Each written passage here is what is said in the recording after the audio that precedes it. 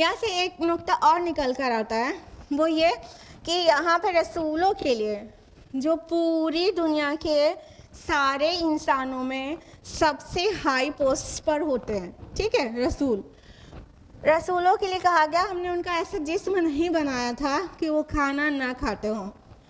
تو جو کھانا پینا چھوڑ دے اور مطلب مراقبہ کر رہا ہے اور سخت ٹائپ کی عبادت اور ریاضت کر رہا ہے، یہ کوئی انکریج کرنے والی بات نہیں ہے.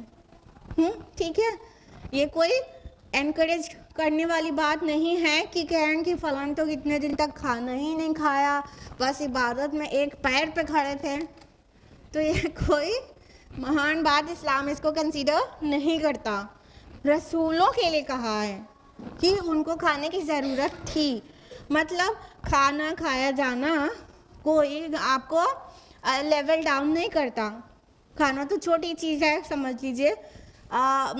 نکاح کرنا اور اسپاؤس کے ساتھ ریلیشن بنانا وہ بھی پرابلمٹک نہیں ہے. انفیکٹ ایک حدیث میں تو یہ تک آتا ہے کہ وہ بھی صدقہ ہے. کیوں صدقہ ہے بھائی؟ کیونکہ اگر اپنی بیوی کے پاس نہیں گئے ہوتے تو کسی کہیں اور چلے جاتے تو گناہ تو ہو جاتا نا. تو اپنی بیوی کے پاس گئے تو گناہ سے بچے نا، تو وہ بھی ثواب اور صدقہ ہے. تو اسلام یہ ہے، اسلام آپ کے جذبات، احساسات، basic needs, bodily needs, civil کی نیڈس، مینٹل نیڈس کسی کو بھی سپریس نہیں کرتا اور اس کو انہیلیشن نہیں کرنے دیتا. یعنی آپ کی سیلف کا انہیلیشن نہیں بولتا اسلام. کیا بولتا ہے؟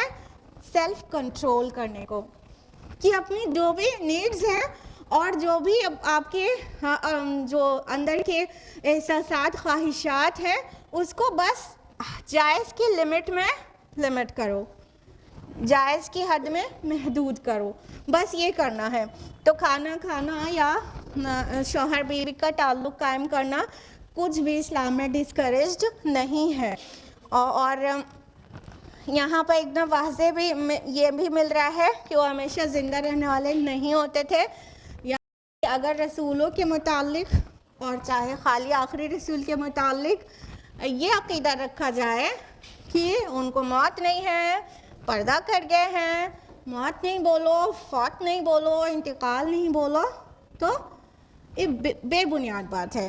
اللہ تعالیٰ کہہ رہے ہیں ہم نے کسی بھی رسول کو ایسا بنایا ہی نہیں کہ انہیں فوڈ کی نیڈ نہ ہو یا ان کو حیات جاویدہ دی ہو، کبھی موت ہی نہ آئے ان کو. یعنی سب کو کھانے پینے کی بھی ضرورت تھی اور سب کی لائف ایک لمٹ میں ہی تھی، اور اس کے بعد سب کو موت کا مزہ چکھنا تھا، وہ چکھا. اور آئندہ بھی اب رسول تو نہیں آئیں گے، انسانوں میں سے جو بھی اس دنیا میں آ رہا ہے یا ہے وہ سب کو موت کا مزہ چکھنا ہے. آیت نمبر 9 ثم صدقناہم الوعد فانجیناہم ومن نشاء. پھر ہم نے ان کے ساتھ کیا گیا وعدہ سچا کر دکھایا، پھر انہیں اور ان کے ساتھ جسے چاہا نجات دی. وَأَهْلَكْنَا الْمُسْرِفِينَ، اور حد سے بڑھنے والوں کو ہم نے ہلاک کر دیا. اب اللہ تعالیٰ فرما رہے ہیں کہ دیکھ لو اس کا نتیجہ کیا نکلے گا، اس پر غور کرو. تم خالی رسول کی تکذیب کیے جا رہے ہو. پچھلے رسولوں کی جن لوگوں نے تکذیب کی تھی تو رسول ناکام نہیں ہو گیا، رسول پر جو لوگ ایمان لائے وہ ناکام نہیں ہو گئے، بلکہ رسول کو چاہے جتنا ستا لیا جائے اور رسول کے ساتھ ایمان لائے مومنین کو چاہے جتنا ستا لیا جائے، الٹیمیٹلی فتح انہی کو اللہ تعالیٰ دیتا ہے. اور جو لوگ رسول کی کھلی کھلی تکذیب کرتے ہیں، ایون معجزات وٹنس کرنے کے بعد بھی تکذیب پر ہی اڑے رہتے ہیں، تو پھر اللہ تعالیٰ انہیں نسیم منسیہ کر دیتا ہے، انہیں بھولا بسرا بنا دیتا ہے، انہیں پیرش کر دیتا ہے اور وائپ آؤٹ کر دیتا ہے. تو اللہ تعالیٰ نے فرمایا کہ ہم نے رسولوں سے جب بھی جو بھی وعدہ کیا ہے وہ ہم نے ہمیشہ سچ کیا ہے. کہنے کا مطلب کہ ان اللہ معنا، کہ وہ جو کہہ رہے ہیں کہ اللہ ہمارے ساتھ ہے، تو اللہ ہمیشہ رسولوں کے ساتھ ہے، اور رسولوں کے اور ان کے ساتھیوں کے اوپر ساتھ اللہ کی مدد آتی ہے اور ضرور آتی ہے. تو اللہ تعالیٰ نے فرمایا کہ دیکھو جب تم ستا لو ہمارے رسول کو اور ایمان لائے لوگوں کو ستا لو، ایک دن ایسا آئے گا جیسے پچھلے کے رسولوں کے ساتھ تھا کہ ہم نے ان کے وعدہ سچ کر دیا تھا اور انہیں نجات دے دی تھی. یہ جو ٹارچر کرنے والوں سے نجات دے دی تھی. سبھی کے ساتھ تو ایسا ہوا تھا. دیکھیے موسیٰ علیہ السلام اور بنی اسرائیل، موسیٰ علیہ السلام دعوت دے رہے تھے فرعون کو اور وہ نہیں مانا تھا، اور بنی اسرائیل کو بہت زیادہ ستایا ہوا تھا، بلکہ بالکل سے جانور سے بدتر سلوک کیا جاتا تھا بنی اسرائیل کے ساتھ. تو اللہ تعالیٰ نے موسیٰ علیہ السلام سے مدد کا وعدہ کیا تھا. موسیٰ علیہ السلام بنی اسرائیل کو لے کر نکلے اور اللہ تعالیٰ نے کس طرح سے مطلب سمندر میں خشک راستہ بنا دیا اور وہ لوگ پار ہو گئے، اور جو نہیں مانے تھے وہ نسیہ منسیہ ہو گئے، وہ ہلاک ہو گئے، وہ نیست و نابود ہو گئے، وہ بھولے بسرے ہو گئے. ان میں سے کسی کو یاد آتی ہے؟ فرعون کی لاش بچی ہے، وہ بھی عبرت کے لیے. ٹھیک ہے. اسی طرح ہود علیہ السلام نے اپنی قوم عاد کو اللہ کی طرف بلایا، اپنی اطاعت کرنے کا حکم دیا، نہیں مانا. ہود علیہ السلام اور ان کے مومنین ساتھی وہاں سے نکل گئے اور اس جگہ پر پورا آندھی آ گئی، اور مطلب 8 دن 7 راتیں لگاتار وہاں پر تیز ہوائیں آندھی والی چلتی رہیں، سب نیست و نابود ہو گیا. تمام رسولوں کے ساتھ ایسا ہی ہوا. تو اللہ تعالیٰ فرما رہے ہیں ہم تو اپنے رسولوں سے کیا ہوا وعدہ پورا کرتے ہیں اور انہیں بچا لیا کرتے ہیں، اور جو لوگ تکذیب کرتے ہیں، جو حد سے بڑھتے ہیں، اسراف کرتے ہیں، ان کو ہم نے اس سے پہلے بھی ہلاک کر دیا ہے. تو یہ بھی اپنی شامت کا انتظار کر رہے ہیں. آپ لوگ کو پہلے تو ہم بتا چکے ہیں، تو آپ لوگ کا ایک ٹیسٹ ہو جائے کہ اہل مکہ کے طرف کون سا عذاب آیا تھا کہ نہیں آیا تھا؟ بتائیے کتنے لوگوں کو پتہ ہے؟ Raise your hands please. کتنے لوگوں کو پتہ ہے؟ اچھا کم لوگوں کو پتہ ہے. ریگولر کم لوگ رہتے ہیں کیا؟ نہیں ماشاءاللہ ٹھیک ہے پتہ چل گیا. ریگولر رہنے والوں کو پتہ ہے الحمدللہ. ویسے اور لوگ بھی ریگولر رہتے ہیں لیکن وہ لوگ بھول گئے ہیں. ایسا نہیں ہے کہ اہل مکہ پر عذاب نہیں آیا تھا، کہ خالی وارننگ اینڈ وارننگ دی گئی اور عذاب تو آیا ہی نہیں. کوئی ایسا آسمانی عذاب نہیں آیا تھا، زلزلہ نہیں آیا تھا، اور ایسا کچھ بجلی نہیں گر گئی تھی. ٹھیک ہے فائن. ان کے اوپر کیا عذاب آیا تھا؟ اب کچھ لوگوں نے بتایا ان پر دوہرا عذاب آیا تھا. بدر میں جو ان کی حالت ہوئی تھی وہ بہت ہی شرمناک تھی. 313 بغیر اسلحوں کے جو مسلمان تھے وہ غالب ہو گئے تھے 1000 کی آرمڈ فورس پر. ٹھیک ہے، مطلب تعداد میں تو 3 گنا تھے، اسلحوں میں 10 گنے سے بھی زیادہ تھے. مطلب ان کے پاس جو ویپنز تھے وہ مسلمانوں سے 10 گنے سے بھی بہت زیادہ تھے. وہ مسلمان کو کہہ سکتے ہیں کہ بالکل نہتھے تھے، ان کے پاس کچھ نہیں کے برابر ویپنز تھے.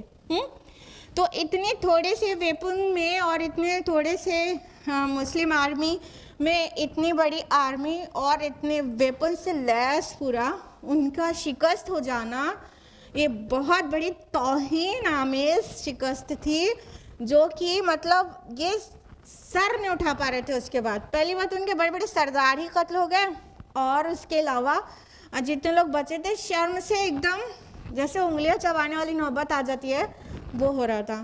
عرب اور عجم میں ہر جگہ مطلب خبر پھیل گئی تھی کہ مطلب عرب کی چند بدوؤں نے اتنی بڑی آرمی کو ہرا دیا مسلمانوں کی. اس کے علاوہ دوسری پنشمنٹ آئی عذاب کا. اللہ کی دوسرا کوڑا اس طرح برسا ہے کہ صرف 8 سال میں ہجرت کے 8 سال کے بعد مکہ فتح ہو گیا پورا کا پورا. اور یہ جو لوگ ابھی 8 سال پہلے حالات یہ بنائے ہوئے تھے کہ رسول کو اور مسلمانوں کو وہاں سے نکلنا پڑا تھا، ہجرت کرنی پڑی تھی، اور فاتحانہ وہی لوگ 10,000 بن کے فاتحانہ شہر میں داخل ہو رہے ہیں، اور کسی کی ہمت نہیں ہے کہ وہ روک سکے ان کو یا ان پر مطلب ان کو پریویل ہونے سے روک سکے. پورا مکہ ہی فتح ہو گیا اور سب ہاتھ باندھے سر جھکائے کھڑے ہوئے تھے ان کے جتنے متکبرین تھے. تو یہ دوہرا عذاب تھا. مکہ کے لوگوں کے اوپر رسول کو ستانے اور ان کی نہ ماننے اور مسلمانوں کو ستانے کے بدلے میں یہ عذاب آیا تھا ان کے اوپر. اور اللہ تعالیٰ جیسے ہمیشہ ہی رسولوں کی مدد کرتا ہے، اپنے پیارے نبی صلی اللہ علیہ وسلم کی ایسی مدد کی گئی ہے کہ مطلب مکہ میں ان کو رہنا تنگ اتنا کر دیا گیا اور مدینہ میں جاتے ہی وہ بہتاج بادشاہ بن گئے. سبحان اللہ. کوئی اپنے ملک سے نکلتا ہے تو کوئی کا بادشاہ جا کے بن جاتا ہے. کتنا اسٹرگل کرنی پڑتی ہے. وہ تو آپ صلی اللہ علیہ وسلم کو تو وہاں پہ لوگ ویلکم کر رہے تھے اور طلع البدر علینا کہ آپ کا ویلکم کیا گیا اور آپ کو بہتاج بادشاہ کی حیثیت سے اپنا رولر مان لیا گیا تھا. اوس اور خزرج جمع ہو گئے تھے جو کبھی جمع نہیں ہو پا رہے تھے. ہاں، تو اس طرح سے ان پر بھی عذاب آیا تھا اہل مکہ پر. آیت نمبر 10 لقد انزلنا الیکم کتابا فیہ ذکرکم افلا تعقلون. اے لوگو، اب ہم نے تمہاری طرف یہ کتاب نازل کر دی ہے، اس میں تمہارا ہی ذکر ہے، تو کیا تم عقل سے کام نہیں لیتے؟ اب دیکھیے اللہ تعالیٰ پھیر کر لوگوں کو نصیحت کرتے ہیں، پھیر کر ہدایت کی طرف بلاتے ہیں کہ ہر طرح سے. اب یہاں پہ فرمایا جا رہا ہے کہ ہم نے تو اب تمہارے درمیان ایک کتاب نازل کر دی ہے جس میں تمہارا ہی ذکر ہے. فیہ ذکرکم، جس میں تمہارا ذکر ہے. تمہارا ذکر سے دو مراد ہو سکتی ہے، ایک تو تمہارے حصے کی نصیحت اور تعلیم ہے، اور دوسری مراد یہ بھی ہو سکتی ہے کہ تمہارے اپنے مسائل کا حل اس کے اندر ہے. تو کیا تم سمجھتے نہیں؟ عقل سے کام نہیں لیتے؟ یہ جو کتاب ہے جس کو تم بالکل اڑ کے بیٹھ گئے ہو کہ اس کو جھٹلانا ہی ہے، ذرا سا اس کے اوپر غور کرو، اس کے اندر تمہارے ہی سارے مسائل کا حل موجود ہے.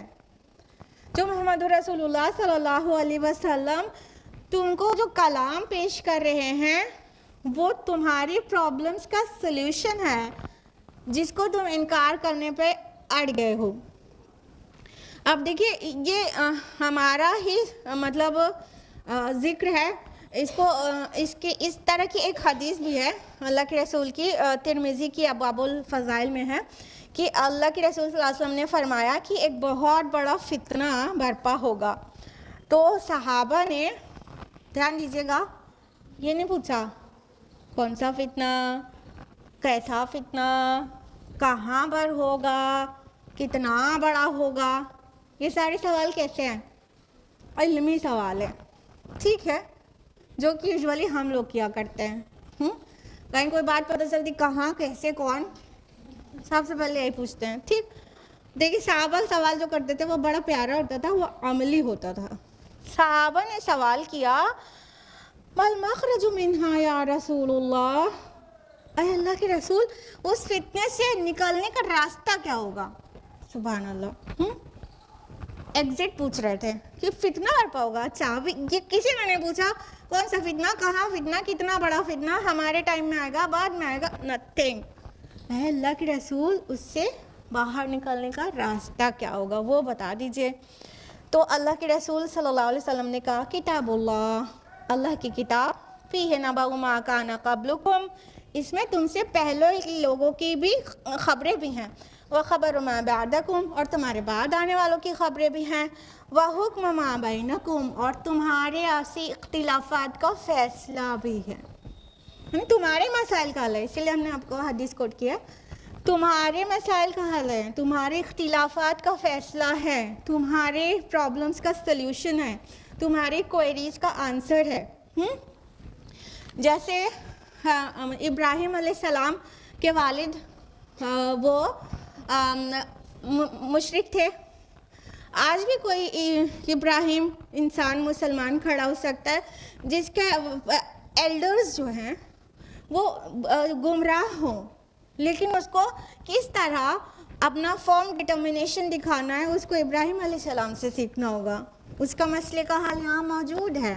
ہاں، محمد رسول اللہ صلی اللہ علیہ وسلم کی ابو لہب کتنا تکذیب کر رہا تھا اور کتنا آپ کی فیملی کو پریشان کر رہا تھا جبکہ سگا چچا تھا. ٹھیک، تو ابو لہب کا ستیہ ناش ہوا نا، رسول اللہ اور ان کی فیملی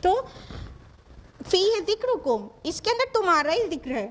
ایک تمہارے اندر فطرت کی کتاب ہے جو اللہ تعالیٰ نے انکلکیٹ کر کے تمہیں پیدا کیا ہے، اور اس فطرت کو مسخ کیے بغیر یہ باہر والی کتاب القرآن اس کو پڑھو گے، اسٹڈی کرو گے تو تمہیں لگے گا اندر کی کتاب باہر آ گئی ہے، پرنٹ ہو کے نکل آئی ہے. یہی تو میری فطرت اور میری روح کی آواز بھی یہی تھی جو ہم باہر سے الفاظ میں پڑھ رہے ہیں. انفیکٹ ہم اندر سے الفاظ نہیں دے پا رہے تھے اور یہ الفاظ بن کے میرے سامنے آ گیا. Isn't it؟ ایسا ہے نا. تو فیہ ذکرکم، اس میں تمہارا ہی ذکر ہے، تمہارے ہی بارے میں بہت سارے ریمائنڈرز ہیں، نصیحت ہے، اور تمہاری باتیں، تمہارے مسائل کا حل ہے، اور تمہاری فطرت کی آواز ہے. تو کیا تم عقل سے کام نہیں لیتے؟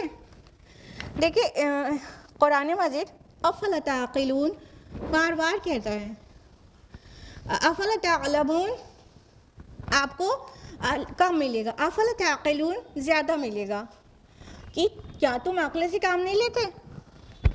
یہ بات 1400 سال پہلے کہی جا رہی ہے. شاید آپ کو ابھی اندازہ نہیں ہو رہا ہے کہ کون سی بات اتنے پہلے کہی جا رہی ہے کہ عقل کے ناخن لو، ہاں عقل سے کام لو. کیا تم عقل سے کام نہیں لیتے؟ آج مطلب ہیومینٹی اس درجے میں ہے کہ انٹلیکٹ ورڈ ہے، اور انٹلیکٹ کے بارے میں باتیں ہوتی ہیں اور چیزیں انٹلیکچولی ڈسکرائب ہوتی ہیں. اتنے پہلے کہا جا رہا ہے اور بار بار کہا جاتا ہے. یعنی قرآن مجید آرگومنٹیشن کو بھی ڈسکریج نہیں کرتا بلکہ انکریج کرتا ہے، لاجک کو بھی اور انٹلیکٹ کو بھی. یہ سپریس نہیں کی گئی ہے جیسے مذاہب ہوتے ہیں کہ عقل کا دروازہ بند رکھو اور جو کہا جا رہا ہے بس مان لو. اسلام یہ نہیں کہتا ہے. قرآن مجید ہم کو پوری عقل سے کام لینے کے لیے کہتا ہے. خالی دل سے نہیں، دماغ سے بھی کام لو، دل سے بھی لو، دماغ سے بھی. افلا تعقلون، کیا تم سمجھتے نہیں؟ کیا تم عقل سے کام نہیں لیتے؟ جب اس کتاب کو پڑھو گے وہ خود ہی اپنا جواب دے دے گی کہ فیہ ذکرکم، اس میں تو تمہارا ہی ذکر ہے. کیا تم سوچتے نہیں؟ کیا تم غور نہیں کرتے؟ مطلب اللہ تعالیٰ چاہتا ہے ہم غور کریں، ہم عقل لگائیں جو اللہ تعالیٰ نے دی ہے اس کتاب میں، نہ کہ وہ فیملی پولیٹکس میں. دیورانی نے میرے ساتھ یہ کیا، اب ہم بھی ایسا مزہ چکھائیں گے اس کو کہ یاد کرے گی اس کی 7 پشتیں. ہاں کہاں ساری عقل کہاں لگ رہی ہوتی ہے عورتوں کی؟ افسوس کے ساتھ فیملی پولیٹکس میں دیورانی جٹھانی اور ساس کو مات دینا اور خود کو مطلب عقل مند دکھا دینا. تو عقلیں تو سب کے پاس ہیں لیکن استعمال غلط جگہ پہ کر رہے ہوتے ہیں. سچے تو مرد ہوتے ہیں، وہ اپنے پروفیشنل پلیس پہ زیادہ عقل خرچ کرتے ہیں، اور عورتیں تو بس تھوڑا کھانے میں عقل لگا لی تو لگا لی، ہاں تھوڑا سمجھ لیا، اچھا سا کھانا بنا دیا، باقی سارا دماغ وہ گھر میں ان کو تو ہم ایسی ٹیسٹ کر دیں گے، ان کو تو ایسا مزہ چکھائیں گے، تو انہوں نے میرے ساتھ یہ کیا تو ہم بھی وہ کر کے دکھائیں گے. ساری عقلیں وہاں پہ لگ رہی ہوتی ہیں. عقل لگائیں لیکن قرآن میں لگائیں، مفید ہوگا. وہ والی تو نقصان دہ ہو جائے گی جو بتا رہے ہیں فیملی پولیٹکس. آیت نمبر 11 ہے وَكَمْ قَسَمْنَا مِن قَرْيَةٍ كَانَتْ ظَالِمَةً، اور کتنی ہی بستیوں کو ہم نے پیس ڈالا تھا جو ظالم تھی.